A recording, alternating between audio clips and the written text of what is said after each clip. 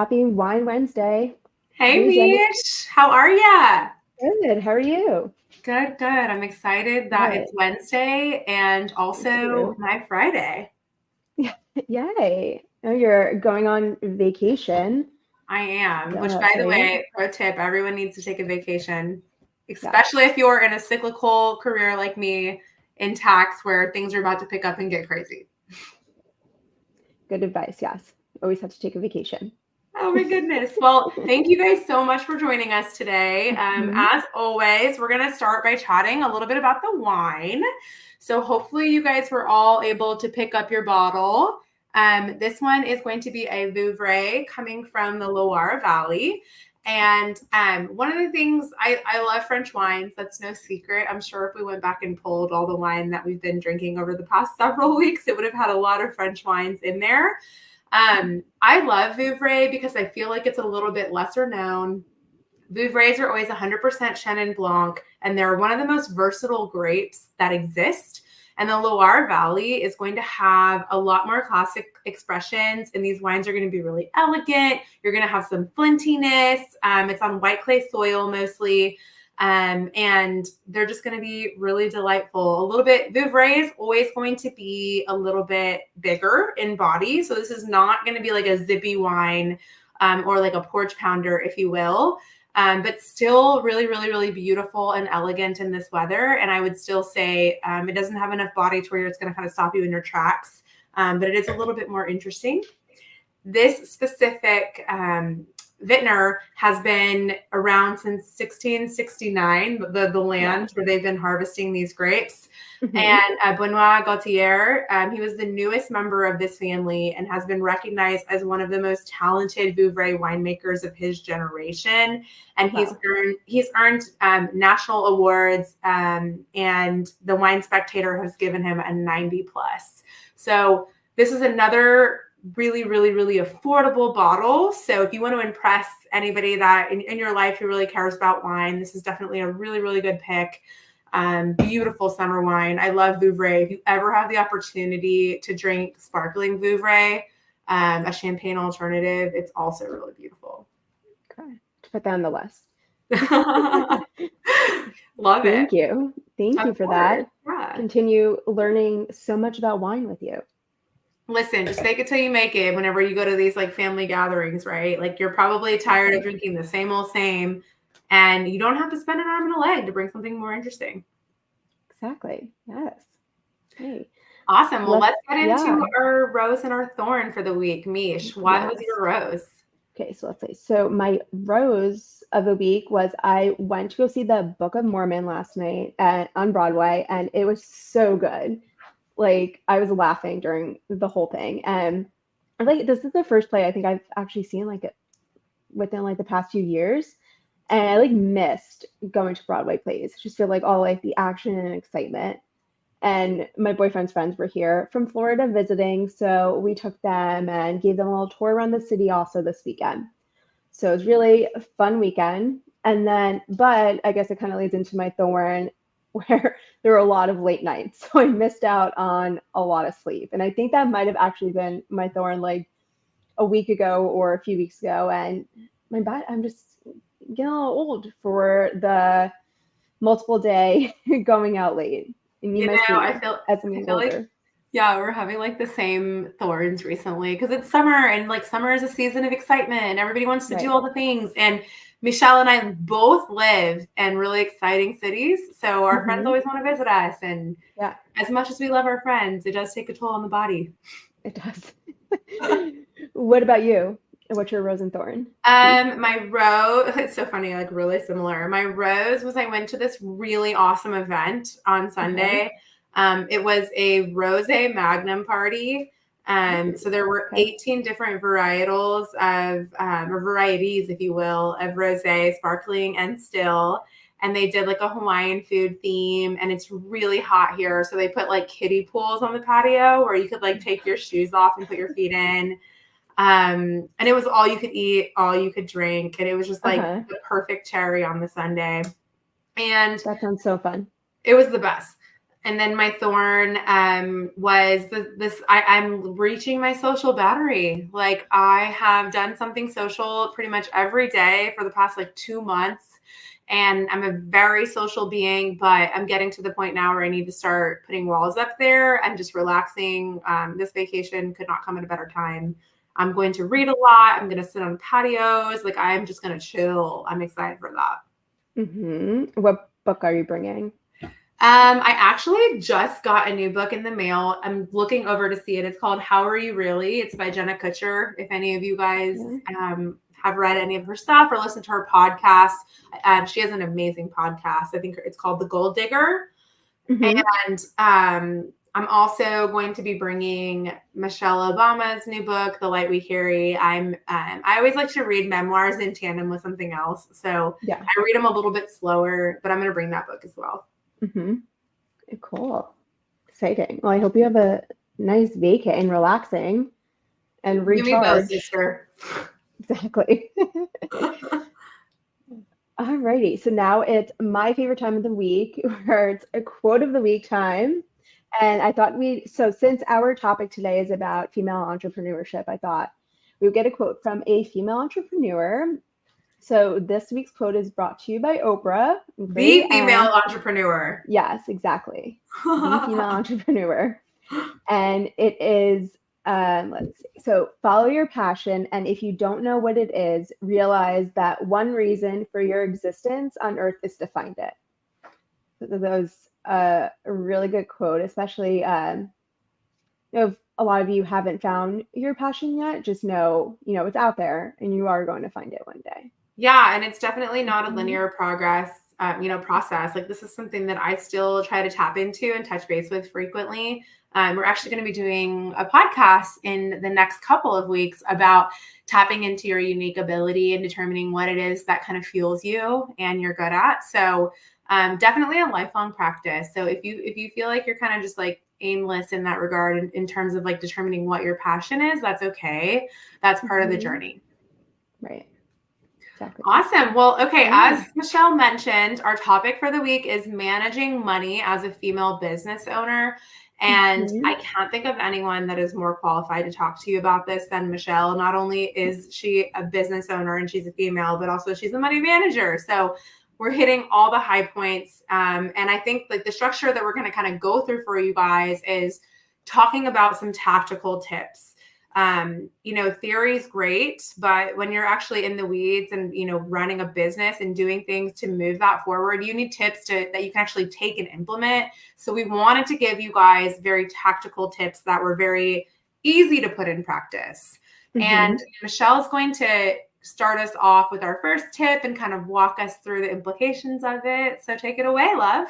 Okay. Thank you for that introduction. But shout out to you too. Jenny is a businesswoman herself who's great. And I'm sure she has done all of these tips that we're going to bring to you today. But our first tactical tip is to create a detailed budget. So this is, before you're getting into your entrepreneurship journey and thinking about what business you want to create a detailed budget, and it should outline all of your income sources, your fixed expenses, your variable costs, and also your savings goals. And if you need a reminder on how to, create that budget, you could go back to a few episodes where we did go into detail about that. Yeah, absolutely. And this is something that is of the utmost importance, as Michelle was getting at, right? Because there are so many unforeseen expenses that come up whenever you're a business owner. So you have to control the aspects of that you can by determining what expenses you're going to anticipate. The worst thing that you can do is just like play reactive when invoices come in and when you have to start spending money, because then you're just kind of crossing your fingers and praying that you're going to have enough money at the end of the day. And it's easy when you're a smaller company to think that you've got a handle on it and you can kind of tag team that way. But there's no scalability to that. And as you start to scale, you're going to have a ton of growing problems. Definitely. And the next tactical tip is kind of in the same vein. It's separating your personal and your business finances. This is like 101, you guys. And this is something yeah. that, especially if you're starting as a consultant or a freelancer, I see people not do this all the time. They're like, oh, it's kind of just like a side gig. And then it turns into their full-time gig. And they're like, well, I'm the only employee. So all the money that comes into the business is my money. And I can kind of distribute it wherever I want to. And that's a huge mistake for a lot of reasons that we can dig into at a later date when we're actually talking about what those finances should look like in your business. But at the end of the day, first and foremost, when you become a business entity, you're responsible for taxes. So you need to know how much revenue you're generating so that you can know what your taxable income is, so you can chat with your CPA about it, so that you can avail yourselves to tax mitigation strategies. So that's first and foremost. You also need to know how much room you have in the budget to bring people on as you start to grow and scale, what your expenses are, what the wiggle room is when you start to feel stressed out. If you want to grow the company, can you even bring someone on? If you're not organized and everything is commingled, you don't know, right? You have no idea. So this is a lesson that, full transparency, I didn't learn for a long time. I was commingling, even though I knew I shouldn't have been, because I thought I could manage it. And then now we have things broken out to the nth degree, right? So there's the business that I run, my consultancy every day. Whatever comes in on that, I'm keeping track of it. And then we've got rental properties that have nothing to do with the business entity or even my personal finances. So we've got separate bank accounts for all of those. All the bills for each of those come out from each of those.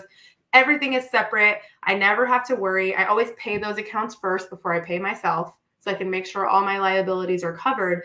And I pay myself a salary. I don't just pull. Yes, there are opportunities for me to take distributions, but I pay myself a salary every month that is going to take care of my bills and all my ancillaries, so that I know exactly what I need to bring in and exactly what needs to be taken care of from that perspective. Good. I love that you guys go into so much detail and separate everything out. I think that's so important, especially when it's coming down to tax time. I tell you, I've seen, so many either like friends or clients who own businesses, it comes to tax time, we're helping them submit their docs to their accountant, and everything is commingled. So we literally have to sit there for hours pointing out, what's personal, what's business. And a lot of times you forget, like, it's a whole year, especially if you're not detailed with, keeping up with your receipts, expenses, things like that, it's going to be tough. Yeah. And here's the deal, is it actually probably hurts you more than you would think, because you're not maximizing those deductions. And if you're not organized, you have to pay for somebody else to organize you. And so you're incurring those expenses from your CPA that's completely unnecessary. If you have clean books, you can just hand it over to them. And then you're in a position where all they have to do is what they're good at and stay in their lane. Some advice that I actually learned is, start, from the beginning. Because once you start, it's easy to get into that routine. If you let like a few months go by or the whole year, like looking back and then having to go do it now, you're going to be so overwhelmed. So just start early, when you start from the get-go, from your business in the beginning. Just get very organized and detailed so you don't have an issue with that moving forward. Love it. So our next tip, you guys, is to maintain an emergency fund. We did do another podcast on this a few weeks ago, I think. So you know how much I love this topic, but everyone, should have an emergency savings fund, and not only on the personal side, but also for your business. If you're a business owner, unexpected expenses arise at any time for business owners. And you want to build an emergency fund that's equal to at least 3 to 6 months worth of living expenses. But, if you ever need that money, you could tap into it there. Yep. And I would add on top of that, this is a strategy that I employ, and I don't think that everyone has to, but I know myself that I'm more conservative. So I have an emergency fund for myself, and then I have an emergency fund for my business.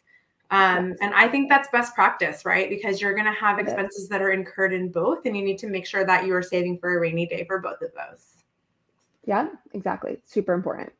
Yep. And then also, you guys, the next one is that we definitely need to be regularly monitoring cash flow. And I know that sounds super intuitive and obvious, but it's really easy to let this slip through the cracks. So it's imperative that you keep a close eye on your cash flow to ensure that the money is flowing in and out appropriately at the right time, and that you're actually capturing all the money that you're due for your services. This is something that you literally can lose sight of so quickly, but you need, especially if you're in a services industry and you have payments that are due and there's late penalties, right? How are you ever going to keep track of those late penalties if you're not tracking the money in and money out? This is something I was guilty of early in my business, where I would invoice my clients and I would get so busy in the work that I didn't actually take time to invoice them. And then they would all pile up and I'd have to be remembering, well, what did I do for this client? Going through emails, disastrous. And I know there are times that I miss things that I should have been invoicing for. So my answer to this is systematize. Take the time early in your business to pause once a week, once a month, what have you, to put together a system and delineate billing and leverage a software to help you with this. Like, if you're tracking these expenses and you have a system in place where you're constantly pouring in to make sure that everything is up to date, it's not going to be as stressful whenever you're doing reconciliation at the end of the day. Right.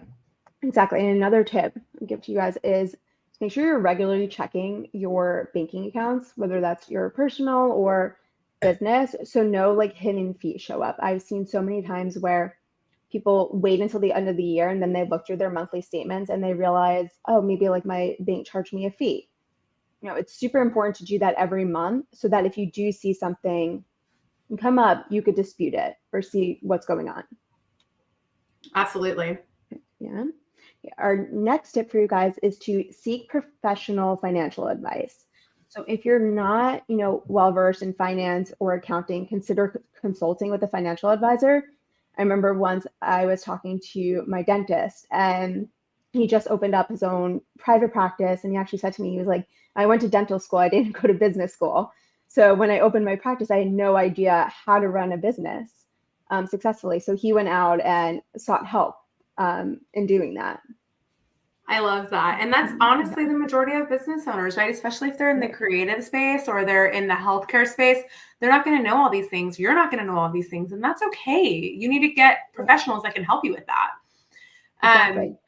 That goes for CPAs as well. That's one of the most imperative relationships you can have as a business owner, because they're going to be able to give you your tax landscape. And that's the number one thing I see, and I'm sure Michelle sees, that hits business owners over the head in terms of a bill that they were not anticipating. So that's something that you definitely need to be at the forefront of and shopping around for. Right. And as Jenny was saying before, also, if you're not good with all of this, hire a bookkeeper. It will help you tremendously so they can keep all your books and you don't have to worry about that. 100%. And that leads into our next tip, which is to negotiate and shop smart, right? Sometimes things can be so stressful in the sense that you're working with somebody and you're like, oh, this is a need, I need to fill it. And then you just hire the first person. Take the time on the front end to make sure they're a good fit, because it's going to be so much more difficult the longer that you wait. So make sure that you're negotiating contracts if you can. Ask them if you can pay for everything up front. Ask them if you can have a longer term and get a break on the fees. Work with different suppliers and make sure that you're, taking advantage of insurance, because that's something that a lot of businesses need that they forget about. So all of these things, every dollar is important on an entrepreneurial journey. So you need to do everything you can to make sure that you're keeping as many of those dollars in your pocket as possible. Oh, definitely. Very good there. Our next tip is to diversify your revenue streams.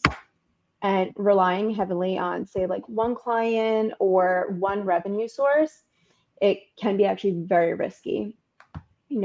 What happens if this client or revenue source goes away, then you're kind of left from square one. So you want to diversify your income streams to mitigate the impact of any potential downturns or changes in the market. Yep. And I think to that point, right, a lot of times if we started in the consultancy arm, We can put ourselves in a position where maybe we have one really large client, and then that puts you in a position where if anything happens or there's relationship fallout there, it can really impact your business. So one of the things that I always try to do is make sure that I'm constantly filling the pipeline and networking to get as many clients in the door as I possibly can. I'll grow first, and if there's a need in terms of the work, I will hire somebody. There's always a solution. And then also just making sure that you're keeping your eyes and your ears open for alternative service lines that are maybe ancillary or complementary to what you're already doing. I have found that especially in professional services, there are so many consulting arms that can tie into what you're already doing that can be money-making opportunities for you. And if you feel like you don't have the expertise to kind of tap into that, you can find a who for that. This is something that I resisted a ton in the beginning of my business. And now we have a ton more service lines because I was able to see what was needed in the market and then find a who if I didn't know how to do it. Awesome. And then the other one is the next one that we're going to talk about is very, very obvious, just based on the tone of this podcast, but invest in your personal development. Okay. So this is something, learning is a lifelong process, especially if you choose to become an entrepreneur. You can never put yourself in a position where you're not growing and changing and you're stagnating. When money's tight, you can leverage books and podcasts. We live in the information age. So there's literally so much information at your fingertips that you can get without having to sit in the room or pay from individuals. And then you start to level up your business and you start to get a little bit more revenue. This is when you should start going to conferences and joining professional networking groups and reaching out to people to see how can I put my money to work so that I can change my mindset to take me to the next level. I took a huge step in this category this year by investing in Strategic Coach. And my mentor actually called me and said, he asked me, how much did you make in your business last year? And I told him, and then he said, all right, well, then you need to sign up for Strategic Coach. It's literally a no-brainer. You should be investing 10 to 20% of your income every year back into your personal development to make sure you can take it to the next level. So that completely shifted my mindset from, wow, that's a huge sticker price to, wow, that's a worthwhile investment. So just continuing to do that. Yeah, always want to invest in yourself. And what I like to do is, work on both my personal development and business development. Like, you could separate the two. So what I'll do is, say if I'm like every day, I'll try to listen to like at least 30 minutes of a podcast. If I can, I would like to listen to one in both categories. So what I'll do is I'll look for a business one in my field. That way I'm listening to other like-minded individuals who say like have gone through things that I'm seeing every day, new advances in the industry. Always want to keep up, within your field. And then also for my personal development, I'll listen to a podcast in that realm. And like just to keep me, I feel like also it motivates me. Like when I start this like early in the morning, I'm like motivated for the day. It's like, okay, this like gets me going. Yeah, absolutely. It carries over. Exactly. Okay. So we want to talk about practicing work-life balance, which is a huge one, especially Jenny, got her right. She's going a little vacay next week. So she's practicing work-life balance and we all need to. Yeah. And you need to be really mindful about it. And I think we talked about this before. You could schedule your vacations. Like what I'll try to do is schedule like a mini vacation, maybe like once a quarter, and then like a bigger trip once a year. And going on that trip really just recharges me. And I try it was very hard in the beginning, but I've learned to kind of just drop like all my work and just like really focus on, the present and being where I am and who I'm with, and not thinking about, what's going on in my email inbox or what do I have to do when I get home. So that's been like a game changer for me once I like realized that, it's okay to take a break. Yeah. And to piggyback off of Michelle, some people would think that this is really aggressive, but I made it a goal 2 years ago to take a quarterly vacation and 2 big trips a year and 1 2-day weekend trip a month. Okay. And I know that sounds like a lot for people, but I know myself well enough to know that I work very hard and I need to supplement that with rest. And that is how I show up the best, is when I actually take that structure. And I'm not perfect at it every single month, but I do try to be cognitive of that and making sure that I'm actually putting that as a priority. And it has done wonders for my mentality whenever I return to work. Right. And then also, I feel like if you're overworking, I feel like you're going to burn out very quickly. And I, have been a victim of this many times, like in my career. I would just like work, work, work, every day, 10 p.m., working Saturdays and Sundays. And I just got to a point and I was just so burnt out that I didn't really even know like what like I was doing at one point. I was just like going through the motions. And that's not good for yourself or your clients or your business.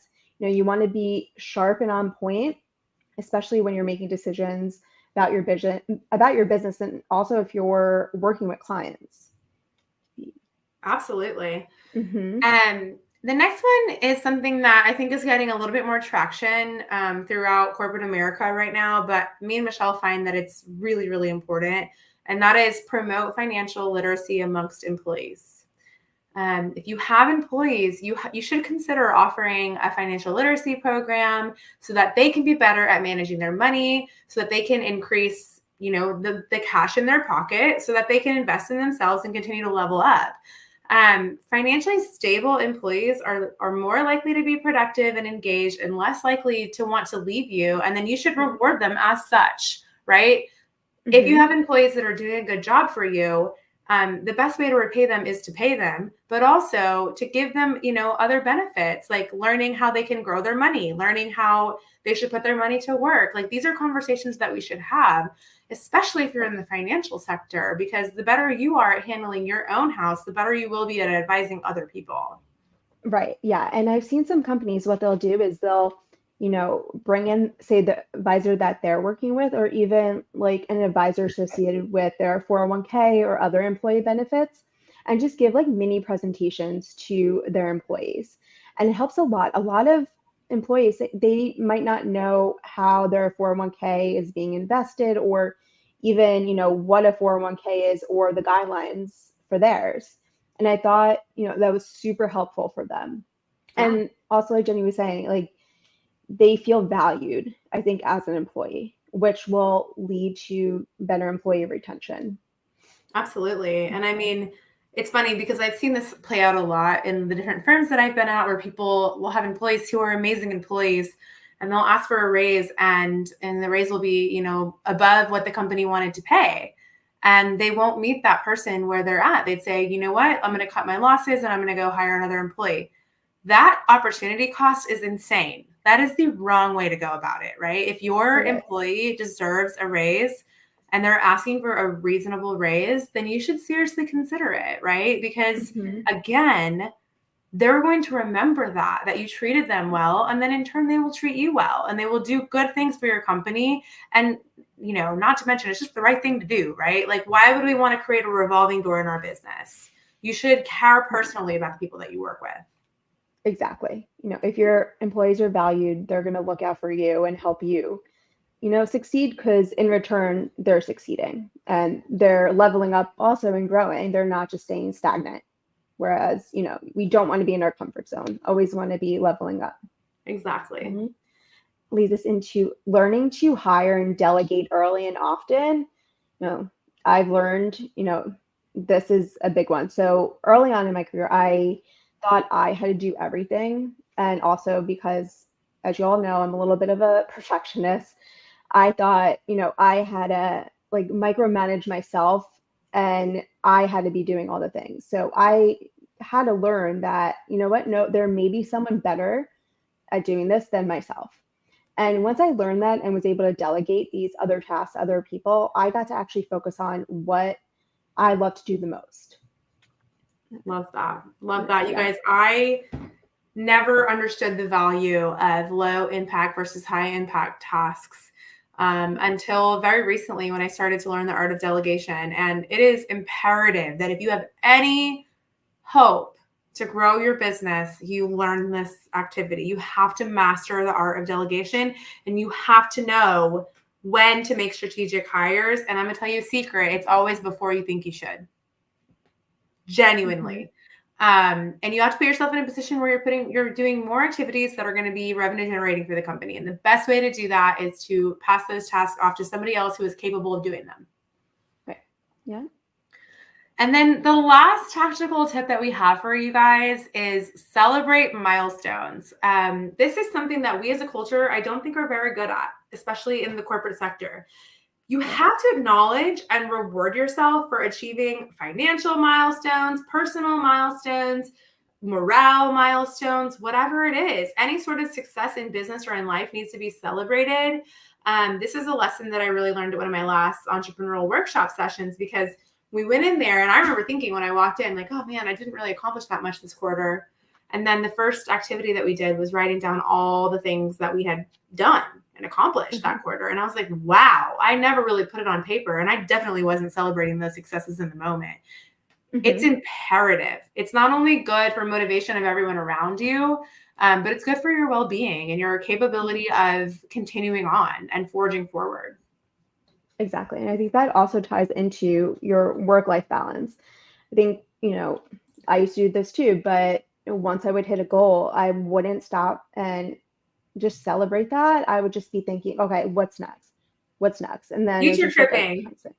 Yeah, future tripping. Exactly. Yeah, it would just future trip and just think, okay, like, that was that goal, that's done. I'm going to the next. And I've learned, to just take some time and celebrate, even if it's like even a 10-minute, like if I did something small throughout the day, I just pat myself on the back and like take time to acknowledge it. It makes you feel better about yourself too. I think it boosts your, self-esteem and confidence. It does. It's there. Okay. And then to end our podcast here this week, we just wanted to give you guys some gender biases that we've seen exist, especially for female entrepreneurs and around money, managing money as a female. The first one that we've seen is negotiation bias. This is just, sometimes females will get less favorable terms when they're negotiating salaries or business deals just because we are females. Yeah, and this is something, you guys stay tuned. We're actually going to be talking in a couple of weeks about how to maximize your salary and ask for a raise. And this is something that as a female, I personally struggled with for the longest time. And there obviously is a very real gender pay gap, but that doesn't mean that we can't equip ourselves to be able to have these crucial conversations. Definitely. Okay. And then our next gender bias is credibility bias. So this is, I mean, I've seen this in my past too, where I feel like others will, question your expertise or business decisions just because you're a female. And, or if, they're just used to working with males or prefer males, they may deem you, less qualified. Absolutely. And again, don't let that stop you. And then kind of piggybacking off of that, the next one is networking bias. And this is the very untrue, but I'm sure that it plays out, conception or notion that it might be more difficult for females to network in a male-dominated field, and more difficult to make connections. And what I say to that is it's actually women are just inherently better at connecting with humans.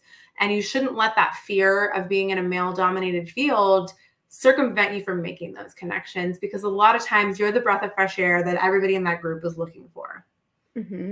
Definitely. And that also ties in well to our next one, which is customer bias, which is very similar, except now it's with, say, like your clientele or customers. Some people may have their own gender biases, and that's them. You can't change their thoughts or control them, and that might influences them, not to work with a female business owner or, in a female business. So, but just don't, I would say don't take it personally. It's just their gender bias and you can't control that.